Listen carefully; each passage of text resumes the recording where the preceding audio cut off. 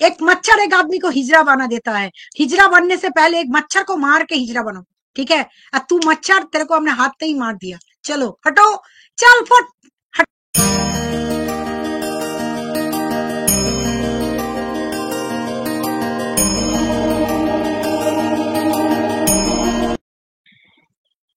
নমস্কার সবাইকে, নমস্কার, শুভরাত্রি। হয়ে গেছে প্রায় 10টা, হ্যাঁ ঠিক, অনেক অনেক দেরি হয়ে গেছে। সাউন্ড আছে, সাউন্ড আছে, সবকিছু কি ক্লিয়ার? ক্লিয়ার, সব ক্লিয়ার আছে, সাউন্ড পরিষ্কার, সবকিছু কি পরিষ্কার ক্লিয়ার আছে? এখন অনেক কিছু বলবো, একটু ধৈর্য রাখুন। হজম হয়ে গেছে তো, একটুখানি হজম করাবার জন্য আজকে এসছি। আচ্ছা, তার আগে বেশ কয়েকটি কথা একটু বলে নিই, আজকে অনেকগুলো কথা বলার আছে। সেটা হচ্ছে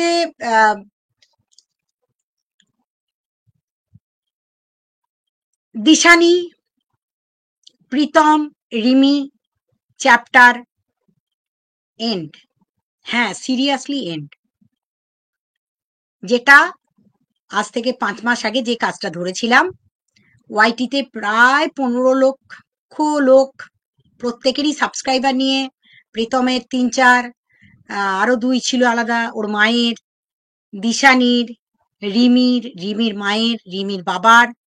আমার সব জিনিসটা দেখাতে নেই, সব জিনিসটা আমাকে দেখাতে নেই, আমি অনেক কিছু দেখাতে পারি না আর দেখাতে চাইও না। আচ্ছা, যেটা বলে নি আগে, তো চ্যাপ্টার যে শুরু করেছিলাম আমার জার্নি এই ওয়াইটিতে, ওয়াইটির আসল আসার উদ্দেশ্য ছিল যে কিছু জাল লোকজন মাছ ফেলে জালিয়াতি কারবার করে মানুষকে মিথ্যা কথা বলে সমাজ সেবার নামে টাকা পয়সা তুলে যাচ্ছিল, লাখ লাখ টাকা পয়সা তুলছিল, আর মানুষকে মিথ্যা বিভ্রান্তিকর পরিস্থিতিতে ঢেলে দিচ্ছিল যে এটা নাকি সমাজ সেবা, যেখানে টাকার বিনিময়ে, হ্যাঁ, একটা ভিডিও ক্যামেরা ধরলেই হয়ে যায় জাস্টিস। এবং সেই জাস্টিস পেতে এসে যেটা দেখলাম সেটা হচ্ছে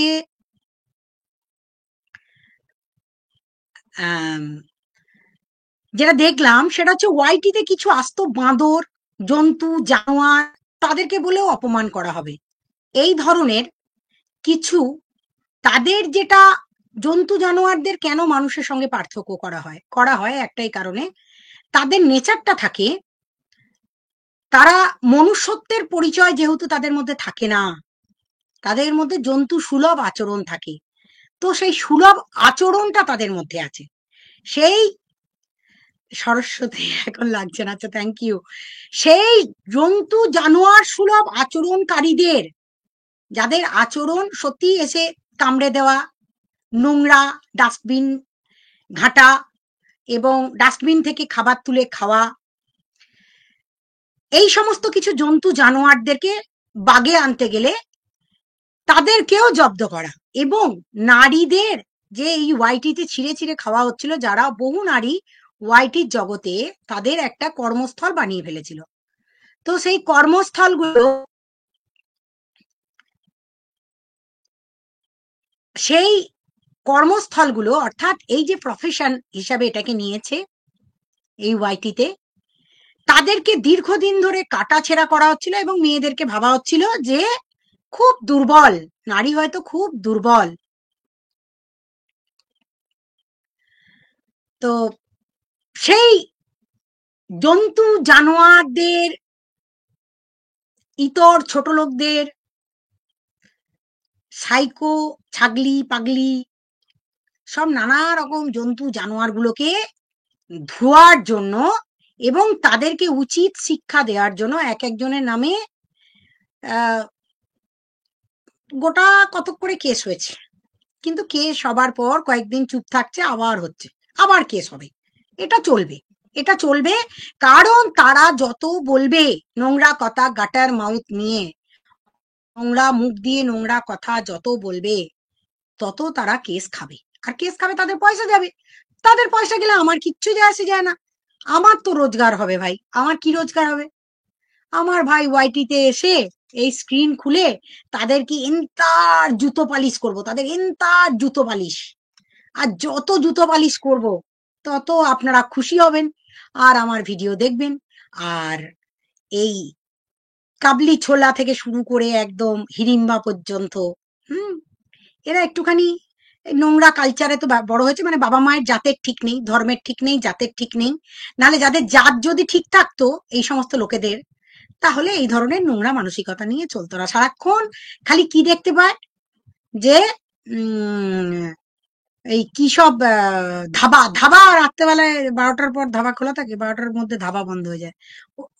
যেটা দেখিয়েছি সেটা একটা আমাদের এখানে একটা বড় নাম করা একটা স্টুডেন্ট কাম ওই কি বলবো মিষ্টি, ভালো ভালো মিষ্টি পাওয়া যায় সেখানে, একটু মিষ্টি খেয়ে তখন ধাবা বন্ধ। ধাবা নয় ওটা, মানে এই লেখা থাকলে হিন্দুস্তান লেখা থাকলে ধাবা হয় না রে বাবা, সবসময় ধাবা হয় না। এই হিন্দুস্তান সেই হিন্দুস্তান নয়, হোটেল হিন্দুস্তান নিউ হিন্দুস্তানটা ধাবা, কিন্তু এই হিন্দুস্তানটা অনেক পুরনো, বহু বছরের পুরনো, এটা ধাবা করতে পারেনি এখনো।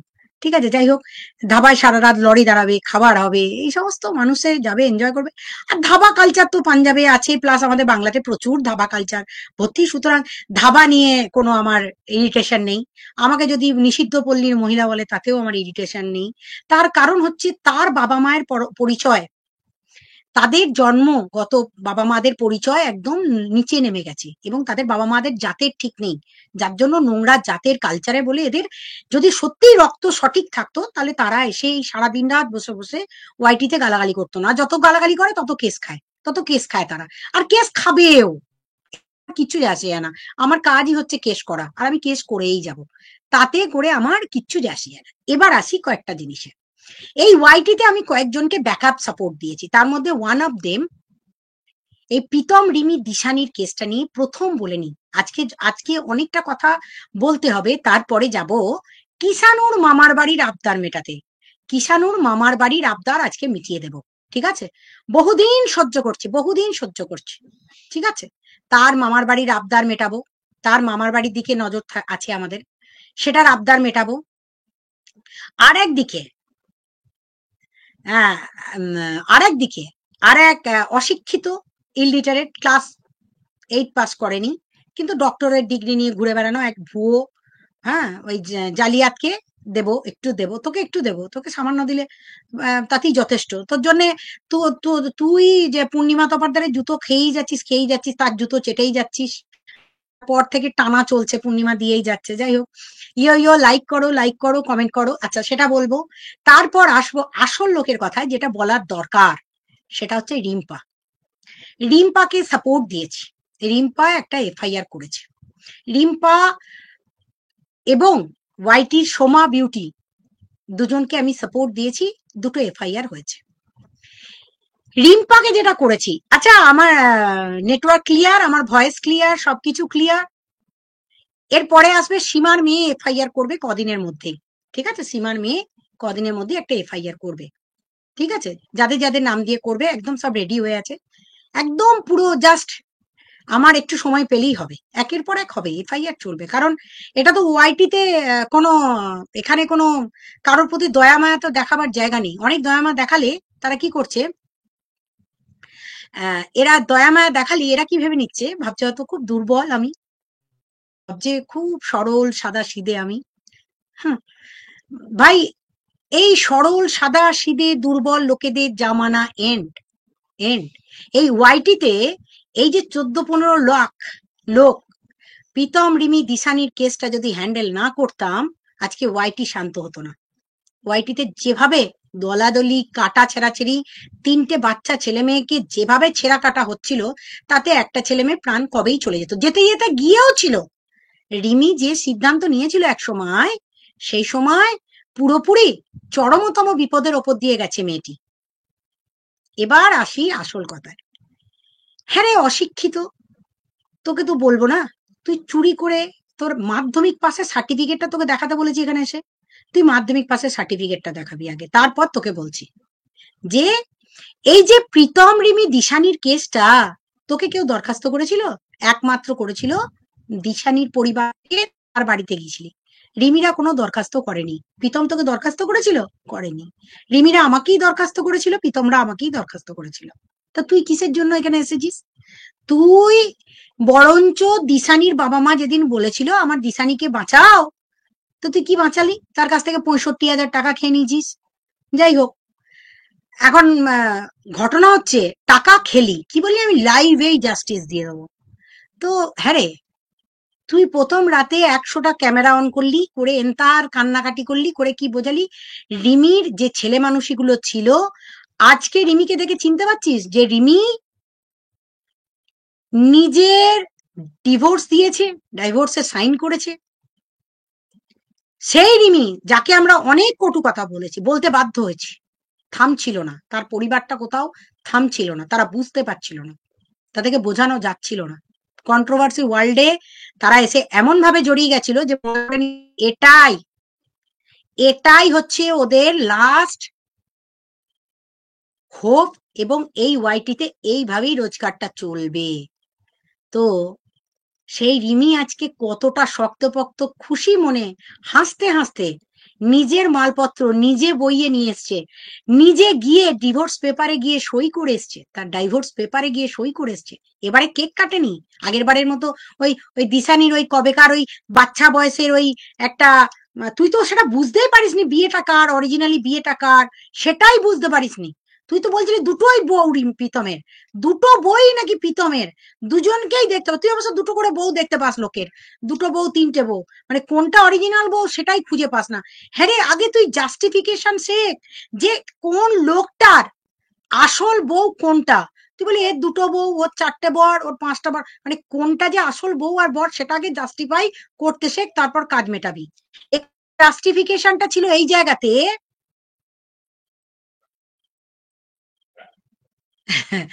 আচ্ছা, এখানে জাস্টিফিকেশনটা ছিল এই লেভেলে যে 3টে ছেলে মেয়েই পথভ্রষ্ট ছিল, 3টে ছেলে মেয়েই ভিউজের কাঙাল ছিল, 3টে ছেলে মেয়েই কন্ট্রোভার্সির পট হয়ে গেছিল, 3টে ছেলে মেয়েকে কেউ একটা কথা বললেই কোনো না কোনো সময় কন্ট্রোভার্সি খুলে বাকি মানুষগুলোকে পরিশান করে দিচ্ছিল, ওয়াইটির জগতে গ্রুপিজম হচ্ছিল, আর যা নয় তাই যথেষ্ট নোংরাচার হচ্ছিল। 3টে ছেলে মেয়ের বয়স হয়নি, সব কটা বাচ্চা, আর সব কটা এসে ওয়াইটির চক্করে পড়ে নিজেদের জীবনগুলোকে তছনছ করেছে, তছনছ করেছে। তুই কি ভেবেছিলি প্রীতম দিশানি না প্রীতম রিমি? একবার বলছিলি ডিভোর্সটা করে দাও, রিমি হা হা করে কাঁদছিল, তুইও কাঁদছিলি।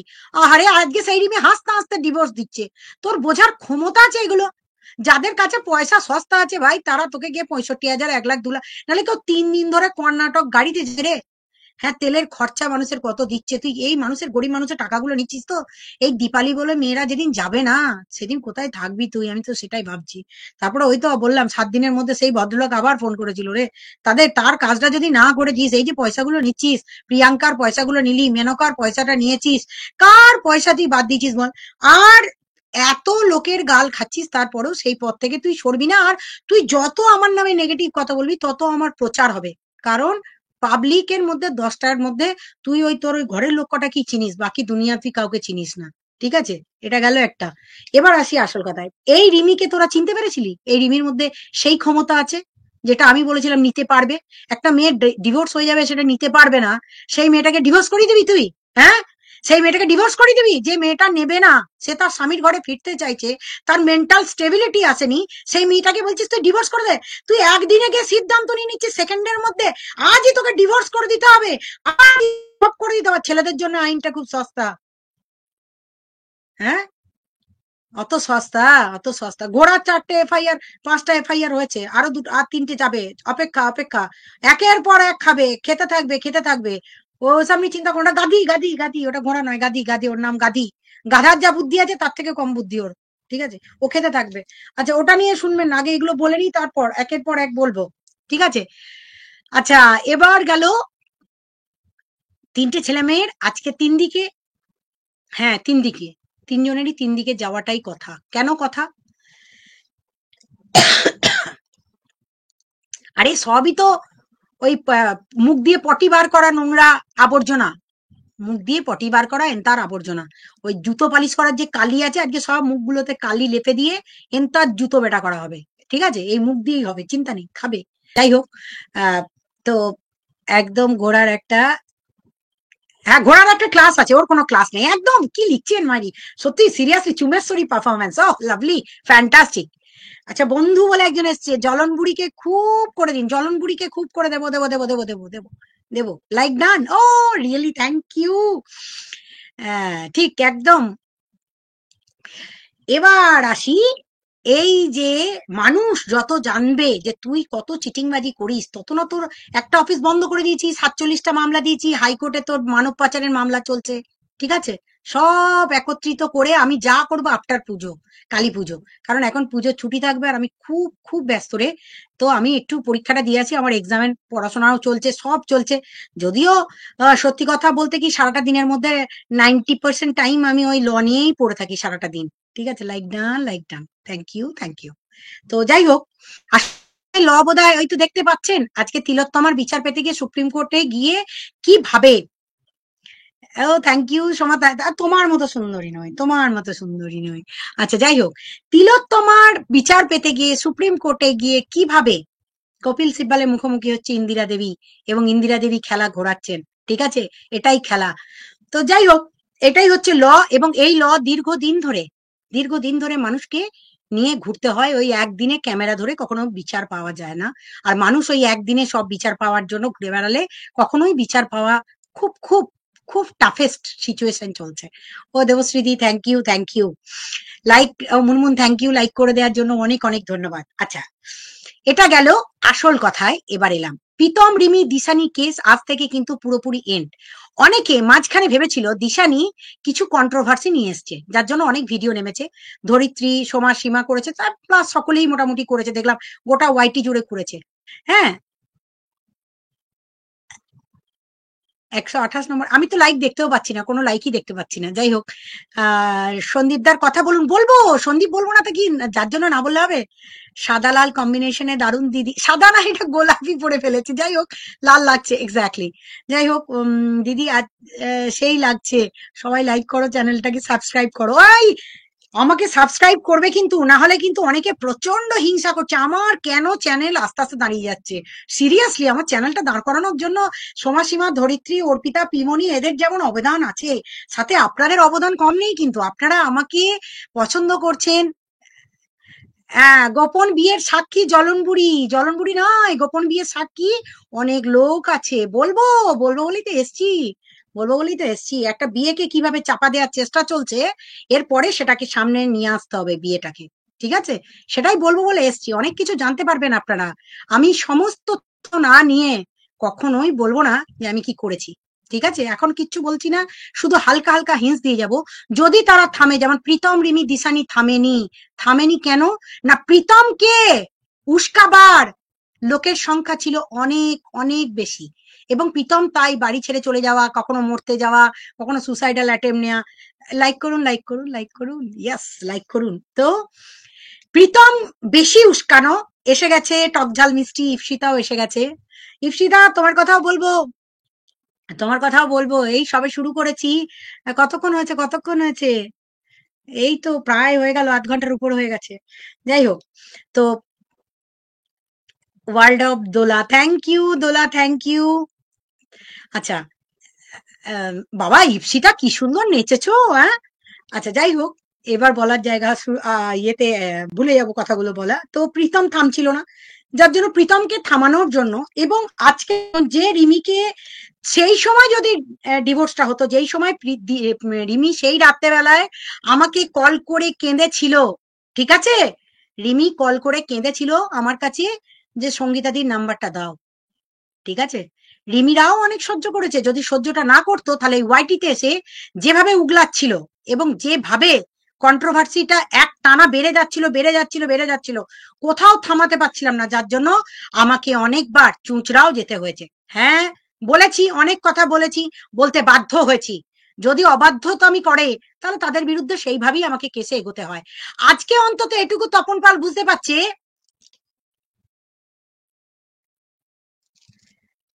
আজকে অন্তত তপন পাল এটুকু বুঝতে পারছে, তার মেয়ে আর হাত কাটবে না, সুসাইড করতে যাবে না, মরতে যাবে না, অনেকটা স্ট্রং হয়ে গেছে।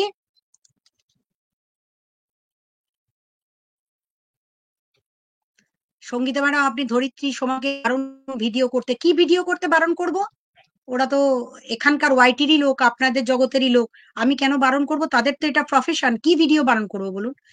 এবার শুনুন একটা কথা বলি, যেটা বলার জন্য, সেটা হচ্ছে সেই সময় রিমির মধ্যে এত ইমোশন ছিল, এত ইমোশন ছিল যে রিমি বারবার গলে যাচ্ছিল, এবং এত ওর মধ্যে প্রীতমের প্রতি হ্যালুসিনেশন ছিল, বা মানে ও ট্রমাটাইজ, মানে মানে কি বলবো, মানে ও কাউকে সহ্য করতে পারতো না, প্রীতমকে কারোর সাথে সহ্য করতে পারতো না, এবং প্রীতমকেই ওর চাই, চাই কথাটা চাই মানে ওর চাই, সেই লেভেলটাই ওর ছিল।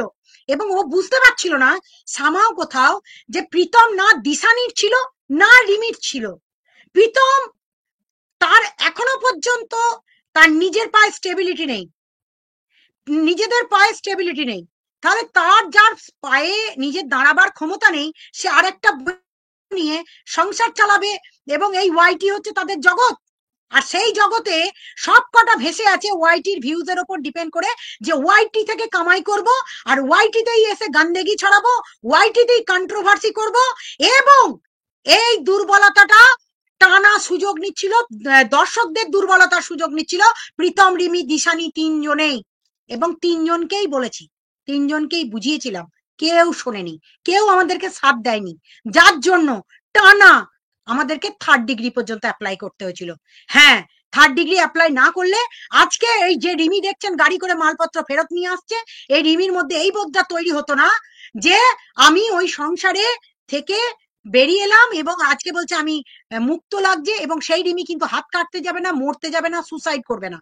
এই রিমি অনেক শক্ত হয়ে গেছে, তার ভবিষ্যতে চিন্তা করবে, এবং এটাও ভাববে যে এই ওয়াইটি কিন্তু কামানোর জায়গা নয়, এই ওয়াইটি শেষ অপশন নয়, এই একটা অনেক বড় জগৎ আছে, যে জগৎ থেকে আমাদেরকে নিজের পায়ে দাঁড়াতে হবে, কারণ প্রীতমও বুঝে গেছে এই ওয়াইটিতে তাদের ভিউজও কিন্তু ডাউন, পাবলিকও আর তাদেরকে দেখতে চাইছে না, কারণ কেচ্ছা কেলেঙ্কারি দেখার জন্য মানুষও প্রচন্ড পরিমাণে উদ্গ্রীব হয়ে যেত, দীর্ঘদিন ধরে মানুষরা মানসিক চাপ নিতে পারতো না, তাই তারাও আমাকে জানাতো, দিদি প্লিজ কিছু করুন, এই কিছু হয়ে যাচ্ছে, ওই কিছু হয়ে যাচ্ছে। এটা একটা সামাজিক ব্যাধি ছিল, সেই ব্যাধিটা আমি হেল্প পেয়েছি আমাদের বর্ধমানে পুলিশ সুপারে। প্রীতম দিশানি এক হয়ে যাবে না, চিন্তা নেই, দিশানি অনেক দূরে, প্রীতমের থেকে অনেক দূরে। দিশানি এখন, দিশানি যদি জয়েন করে আপনারা জানতে পারবেন, দিশানি তার জীবনে আস্তে আস্তে এস্টাবলিশমেন্টের দিকে এগোচ্ছে, এবং দিশানি এন্ড। তো সুতরাং আমরা কিন্তু ডাইভোর্সটা করাতে যাইনি, আমাকে প্রীতম ফোন করেছিল, আমি কিন্তু কোন রকম ভাবে এন্টারটেন করিনি, আমি জানতাম রিমি যেদিন সিদ্ধান্ত নেবে সেই দিনই সবকিছু হবে। রিমি সিদ্ধান্ত নিয়েছে, আজকে গিয়ে রিমির ভিডিওটা দেখে আসবেন, হাসতে হাসতে ঠোঁটে লিপস্টিক লাগিয়ে, যেতে যেতে গান, গল্প, আড্ডা, এবং অনেক কনফিডেন্ট সেই রিমি, আজকে সেই রিমিকে আপনারা পেয়েছেন। সুতরাং রিমির মধ্যে হ্যাঁ অনেক চেঞ্জেস আসতে বাধ্য হবে, এবং আমরা সেটা করেছি, হ্যাঁ করেছি, শক্ত হাতেই করেছি, ব্যাস, টপিক এন্ড। এটা নিয়ে আমার আর বলার কোনো জায়গা নেই, বুঝলি হাবলি? এটা ছিল আসল কথা। তোর আমি ভিডিও জানি না, দেখিনি, শুনিনি, আমাকে রিঙ্কুদি ফোন করে জানালো, যেটা জানালো সেটা তোকে বলে দিলাম, যে তুই নাকি বলেছিস। এরপরে আসবো আমাদের রিম্পার কথা নিয়ে, ঠিক আছে, রিম্পার কথাতে আসবো।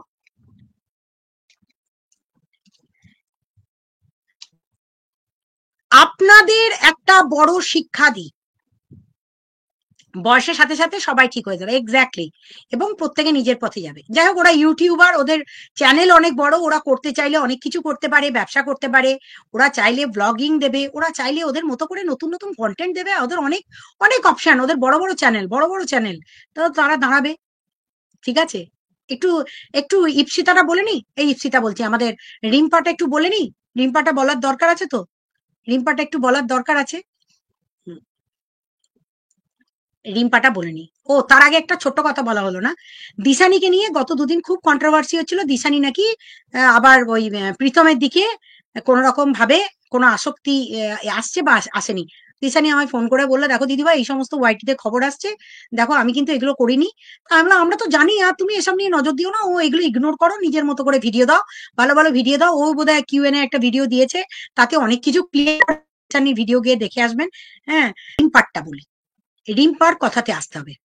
কিষানু মামার বাড়ির আবদার মেটাবো, বাবা চক্রবর্তী বাড়ি গিয়ে আজকে সেই রুটি সেকবো, হ্যাঁ একদম তাওয়া রুটি, আদ রুটি, সেই রুমালি রুটি আছে না, ওই দিয়ে একদম সেকে পুরো একদম তন্দুরি ফ্রাই করে একদম খাইয়ে দেবো, চিন্তা নেই।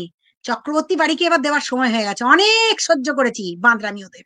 ওগুলো বাঁদর, বাঁদর গুলোকে সহ্য করছি। দাঁড়ান একটু, দাঁড়ান, আসতে দিন, আসতে দিন, আসল কথায় আসতে দিন। আগে এটা বলে নি, রিম্পারটা বলে নি। রিম্পার জন্য একটি আস্ত গরু, মর্কট গরু, 4 পেয়ের জন্তু, 4 পেয়ের গরুকে অবশ্য অপমান করা হচ্ছে একটা, বহু কিছু পাবার সুযোগ হয়েছে, যদিও ভিউজ পড়ে গিয়ে একদম পাবলিক খিল্লির পাত্র করে দিয়েছে। বিরাট বড় সমাজ সেবক রিম্পা, সত্যি সত্যি খুব খারাপ চরিত্রের মানুষ, ওকে ভাই তোর মা ভালো ছিল তো? যদি কারোর মা ভালো থাকে, কাউকে বিচার করার আগে নিজের মায়ের বিচারটা করো, হ্যাঁ, যে আমার মা ভালো ছিল কিনা। ঠিক আছে, আমি বলে দিচ্ছি। রিম্পার একটা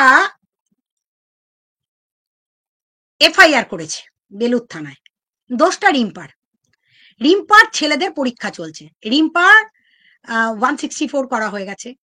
রিম্পাকে ডকুমেন্টেশন সাবমিটের জন্য আইও নেই করে 5 থেকে 6 দিন ডেকে পাঠিয়েছে।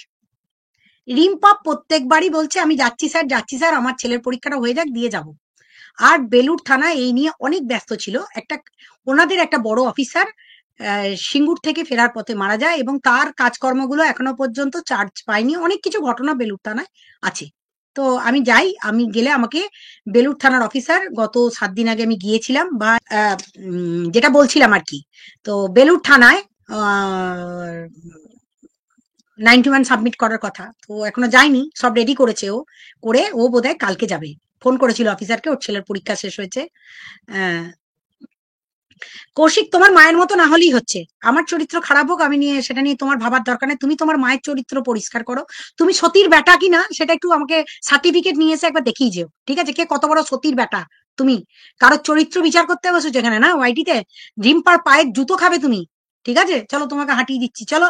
জুতো বেটা করবে রিম্পা, এই কৌশিক নাথ বলে যেটা এসছে সেটাকে জুতো দিয়ে বেটাবে। আর জুতো আর ঝাঁটা মেয়েরা হাতে তুলে নাও, এদেরকে ঝাঁটা জুতো দিয়েই সাফাই ছাড়া। আর হারপিক এই সমস্ত গুলো, ফিনাইল, ডিটারজেন্ট এই সমস্ত নিয়ে নিয়ে ঘুরবে, যখনই আসবে মোছা মারতে, মাছি এই সমস্ত আসবে ভ্যান ভ্যান করে, बस मेरा दाओ। एक मच्छर एक आदमी को हिजड़ा बना देता है, हिजड़ा बनने से पहले एक मच्छर को मार के हिजड़ा बनो, ठीक है? और तू मच्छर, तेरे को हमने हाथ से ही मार दिया। चलो हटो, चल फुट, हटा सा बन की घटा।